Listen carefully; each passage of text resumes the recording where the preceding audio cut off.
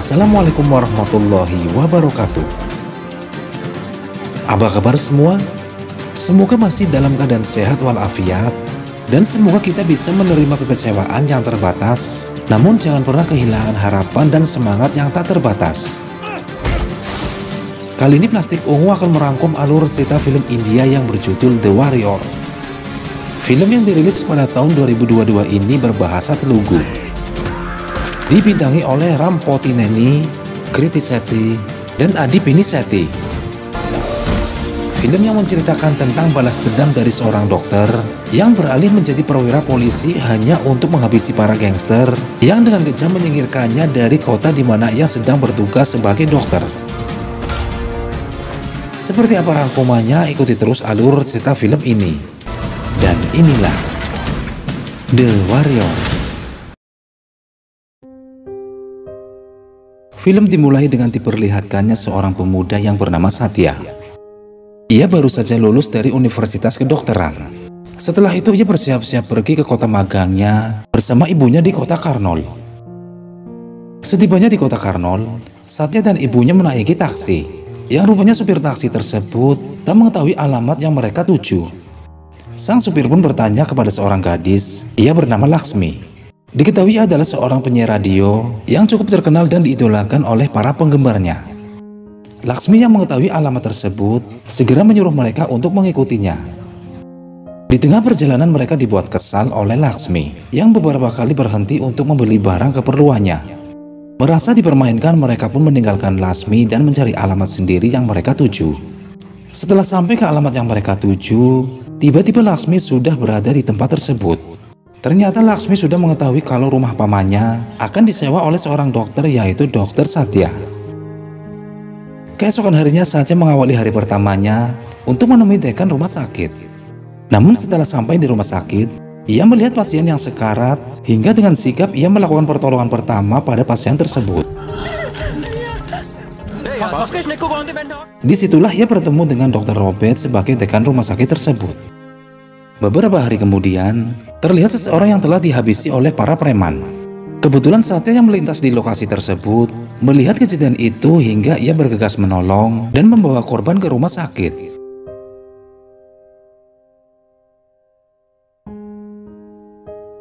Setelah menangani pasien itu, ia menghubungi ibunya untuk mengatakan ia sangat berterima kasih kepada ibunya yang telah menjadikannya seorang dokter, karena di hari itu ia telah menyelamatkan satu nyawa di awal profesinya sebagai dokter. Dan pastinya sang ibu sangat bangga kepada anaknya itu. Namun ketika sedang berbicara dengan ibunya melalui telepon, para preman itu kembali menemui pasien itu dan melepaskan selang oksigen hingga membuat pasien itu tewas. Hal itu dilihat Satya hingga sampai ia mencoba mengejar para preman itu. Pada saat preman itu berbalik, terlebih dahulu Dr. Robert mendorong Satya. Hingga ketika preman itu berkata siapa orang yang berani berteriak kepada mereka, Dr. Robert menjawab kalau dia adalah seorang dokter yang sedang magang di rumah sakit ini, dan dia belum mengenal peraturan di kota Karnol. Dr. Robert berjanji akan mengajari dokter magang itu, dan Satya ditahan oleh para dokter lain hingga ia pun tak bisa berkutik. Dr. Robert menceritakan kalau para preman itu adalah anak buah guru, di mana guru adalah ketua preman di kota itu. Dia sangat ditakuti oleh semua orang, dan siapa yang berani melawannya, ia tak segan untuk membunuhnya. Bahkan mayat di rumah sakit sebagian besar gurulah yang mengirimnya. Dan setiap ia membunuh seseorang, ia melakukan ritual dengan menanam pohon, dan pohon itu tak terhitung jumlahnya. Dansin menceritakan pada saat guru kecil. Pada saat ayahnya tewas di tangan preman lain, ibu gurulah yang menyuruh agar guru membalas dendam atas kematian ayahnya. Singkat cerita, guru telah berhasil memenggal kepala preman yang telah membunuh ayahnya. Dan pada saat ia dijemput polisi, sang ibu menyuruh guru agar menanam pohon di setiap ia menghilangkan nyawa seseorang. Dan setelah dipenjara beberapa tahun, ia pun dibebaskan.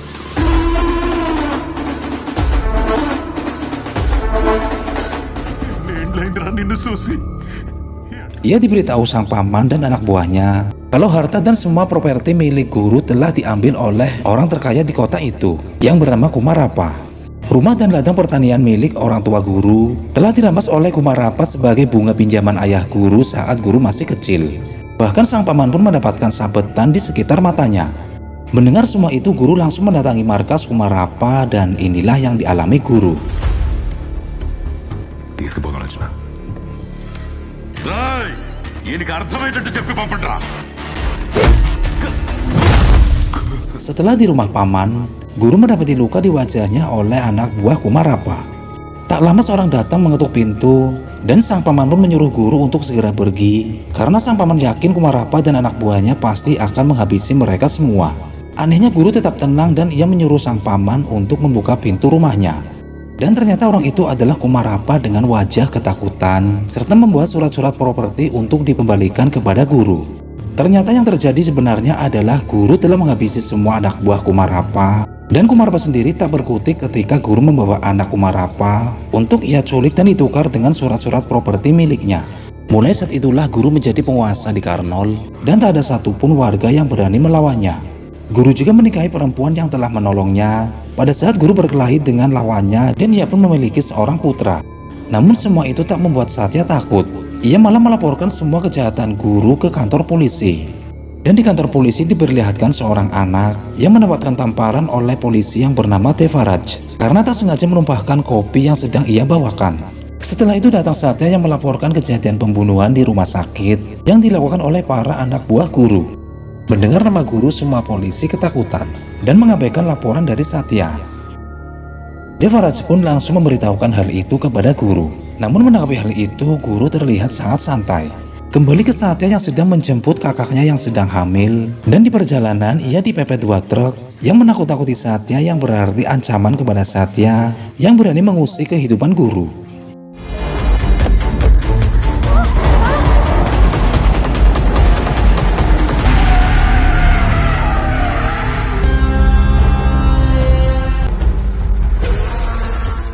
Dr. Robert melarang Satya untuk tidak lagi berurusan dengan guru karena nanti yang terjadi adalah banyak pihak yang akan menerima imbasnya, termasuk istri dan anak korban meninggal di rumah sakit. Mereka dituduh ada hubungan spesial dengan Satya. Merasa kasihan, Satya pun mencabut laporannya di kantor polisi. Di tempat lain, Satya dan Laksmi pun sering bertemu yang membuat keduanya saling jatuh cinta. Di rumah sakit beberapa anak mengalami kejang dan itu disebabkan kandungan obat yang tidak sesuai di botol infusnya. Seketika itu juga Satya melaporkan kepada Dr. Robert. Namun anehnya Dr. Robert mengatakan kalau Satya tak usah membesar-besarkan masalah karena pemilik perusahaan obat tersebut adalah Tuan Raffi, seseorang di bawah naungan guru. Hingga pada akhirnya beberapa anak tersebut tak dapat bisa tertolong lagi. Hal itu sangat membuat Satya marah dan kesal hingga ia berniat melaporkan kejahatan para mafia farmasi itu. Dan polisi pun bergerak cepat menangkap para mafia farmasi tersebut.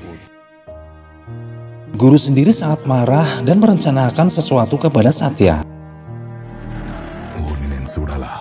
Suatu hari setelah Satya bertemu dengan Laksmi, tiba-tiba ia menerima pukulan dan ternyata itu dari guru yang tak terima atas tindakan berani Satya yang telah melawan dirinya.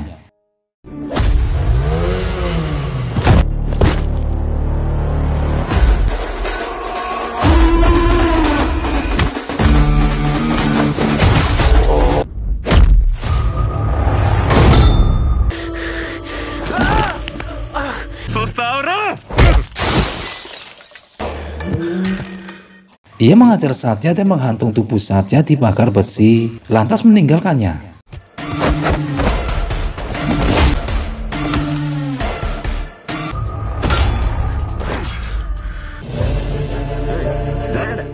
Ketika sedang menanam pohon, tiba-tiba hujan turun hingga guru menyuruh anak buahnya untuk mengecek kembali keadaan Satya yang telah ia gantung di pagar besi. Namun yang terjadi adalah Satya sudah tak ada di tempat itu. Yang tertinggal hanyalah sobekan baju Satya yang tergantung. Ternyata Satya telah dibawa oleh Dr. Robert dan ibunya.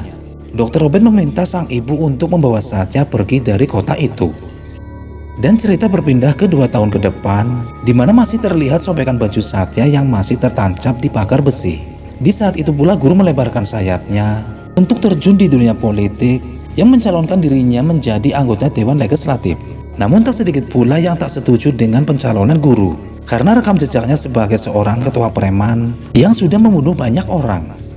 Pembawa berita pun memperlihatkan foto pohon yang guru tanam setelah membunuh orang. Hingga guru menyuruh anak buahnya untuk segera menculik pembawa berita itu.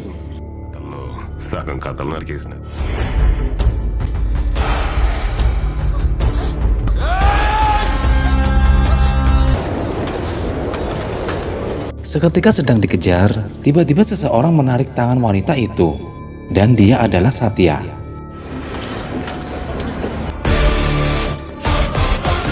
Kemunculan Satya membuat para preman itu kaget, hingga mereka mengeluarkan bualan yang tak berguna di depan Satya. Dan pada akhirnya inilah yang Satya lakukan.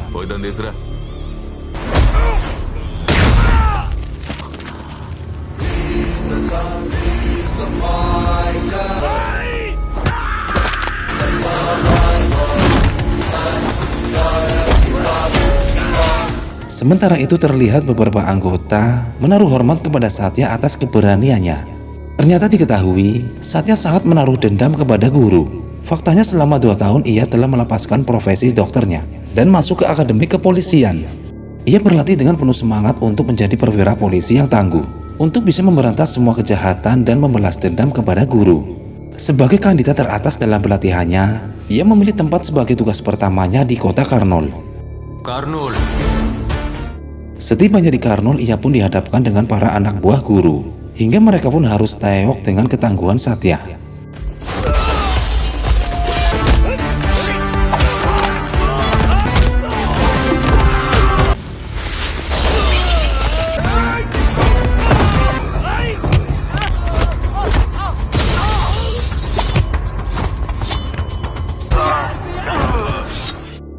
Di kantornya Satya dengan tegas membersihkan segala bentuk korupsi dan suap, termasuk pada atasannya itu. Setelah mendapatkan surat pemberhentian pada atasannya itu, Satya mengambil alih jabatan ketua polisi di kantor tersebut. Kemudian Satya mendatangi stasiun radio di mana Laksmi siaran. Sebenarnya Laksmi sangat bahagia ketika bisa melihat Satya lagi. Namun Satya yang sedang fokus terlihat mengabaikan keberadaan Laksmi di sana. Satya memberi pengumuman kepada warga Karnol. Ia memperkenalkan diri sebagai inspektur baru di Karnol dan meminta kepada warga agar tak usah takut pada siapapun yang berbuat jahat. Satya mempersilahkan warga untuk menyampaikan keluhan tentang kejahatan guru, di mana ia akan langsung bertindak kepada siapapun yang berbuat jahat. Ancaman pun ia berikan kepada guru dan komplotannya. Jikalau mereka melanggar hukum, maka Satya tak segan-segan untuk menangkapnya. Sedangkan guru yang mendengar itu hanya bisa tertawa, karena ia yakin tak akan ada warga yang berani menyampaikan keluhannya. Dan benar saja di kantor tak ada satupun yang datang untuk menyampaikan keluhan. Namun tak lama datang anak yang membawa kopi yang akan disajikan untuk para anggota. Satya yang tak tahu pun bertanya siapa dirinya. Lantas bawahannya mengatakan kalau anak itu mengalami tuli dan bisu. Namun anehnya tiba-tiba anak itu berbicara yang membuat semua anggota tercengang. Anak itu mulai bercerita kalau ia mendengar pengumuman Satya di radio dan kedatangan dia adalah ingin menyampaikan keluhan kepada Satya. Satya pun langsung sigap menanggapi keluhan anak itu. Anak itu bercerita kalau ayahnya bekerja pada guru sebagai supir, dan suatu hari ia menemui ayahnya di markas guru. Setelah sampai di tempat, ia tak sengaja melihat anak buah guru sedang melakukan pembunuhan pada seseorang. Berhubung anak itu melihat, mereka pun menangkapnya. Namun sang ayah memohon kepada mereka agar anaknya untuk dilepaskan. Lain halnya dengan guru yang menyuruh anak buahnya agar membunuh anak itu. Dan datanglah anak buah guru untuk menculik anak itu. Akan tetapi yang mereka culik adalah saudara kembarnya yang mengalami bisu dan tuli. Melihat itu sang ayah pun mengejar anak buah guru. Di suatu tempat nampak anak yang mereka culik sedang mereka habisi. Disusul sang ayah yang juga mereka habisi. Mulai saat itulah anak itu berpura-pura menjadi bisu dan tuli untuk mengelabui mereka.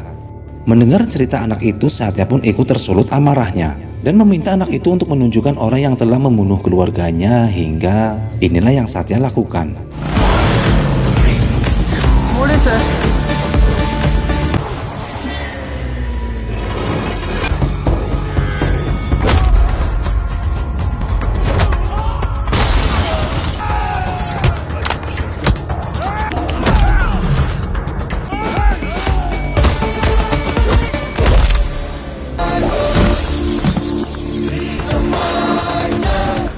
Suatu hari Satya memanggil Laksmi ke kantor.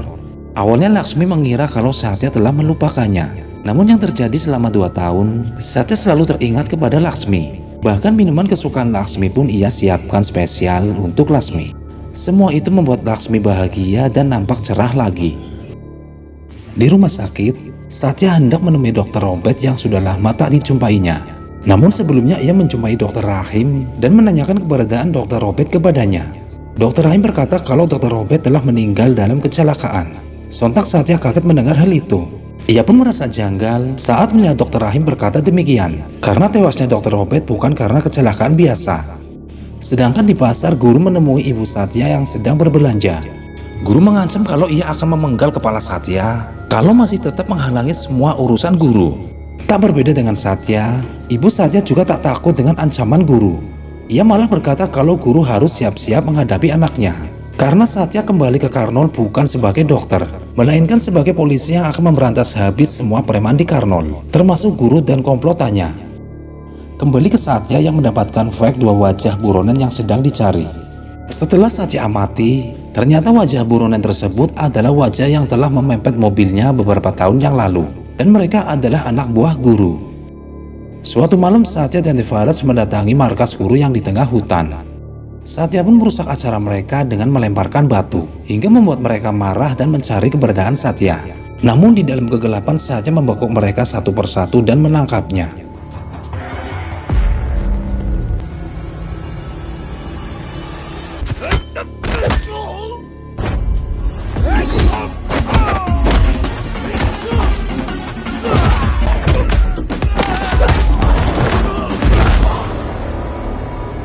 Mendengar markasnya diobrak-abrik Satya, guru marah dan menculik Laksmi.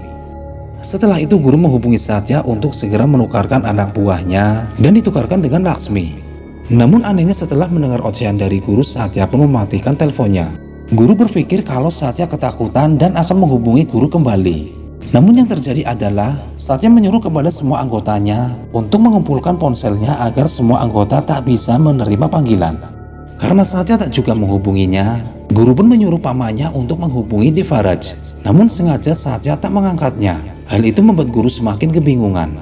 Beberapa anak buah guru pun berjaga di depan kantor polisi. Namun tetap tak ada hasil karena aktivitas para anggota berjalan seperti biasanya. Tiba-tiba guru mencemaskan anak istrinya karena ia ketakutan Satya akan melibatkan keduanya. Padahal anak dan istrinya dalam keadaan baik-baik saja. Hingga rasa takut dan kepanikannya membuat ia membebaskan Laksmi. Dan scene berpindah di mana Dr. Rahim yang merasa bersalah karena sudah menutup mulutnya dengan pembunuhan Dr. Robert yang dilakukan oleh guru. Yang faktanya ia menyaksikan langsung saat Dr. Robert dibunuh.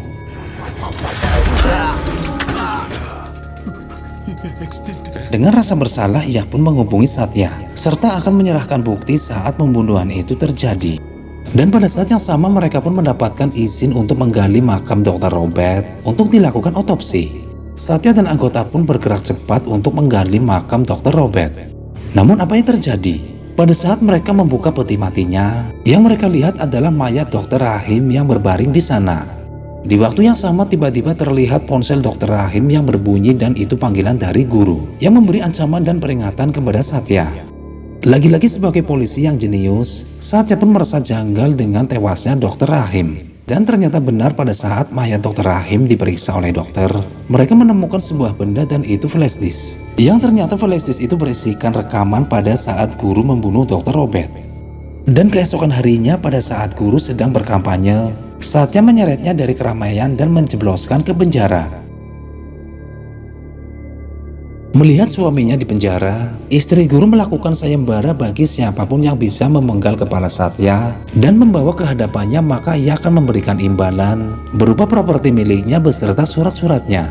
Dan anak buah guru pun langsung memasang jebakan di jalan untuk menjerat Satya. Dan pada saat Satya akan melewatinya, tiba-tiba ibunya menelpon yang membuatnya ia berhenti.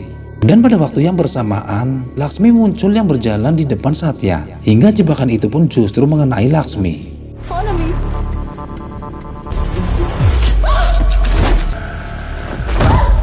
Satya pun bergegas menolong dan membawanya ke rumah sakit. Beruntung nyawa Laksmi bisa tertolong. Dokter mengatakan kalau pita suara Laksmi terpotong, yang membuat para dokter tidak yakin apakah Laksmi bisa berbicara seperti sebelumnya. Ibu Satya pun ikut prihatin dengan apa yang dialami oleh Laksmi. Beberapa waktu kemudian, Devaraj memberikan kabar buruk kalau guru telah dibebaskan oleh para relasi dan koneksinya yang kuat. Dan Devaraj juga melaporkan kalau akan ada penyerangan kepada Satya. Hingga Devaraj yang khawatir dengan keselamatan Satya, ia pun meminta kepada Satya agar meninggalkan tempat itu untuk sementara. Namun berbeda dengan lainnya, ibu Satya justru tak gentar sedikit pun dengan penyerangan guru. Ia malah lebih memilih menetap dan melawan komplotan guru. Hingga ia pun menyuruh Satya untuk lebih dulu melakukan penyerangan terhadap guru sebelum matahari terbit. Dengan dukungan dari ibunya, Satya pun mendatangi guru dan mereka bertemu di tempat yang sama 2 tahun yang lalu.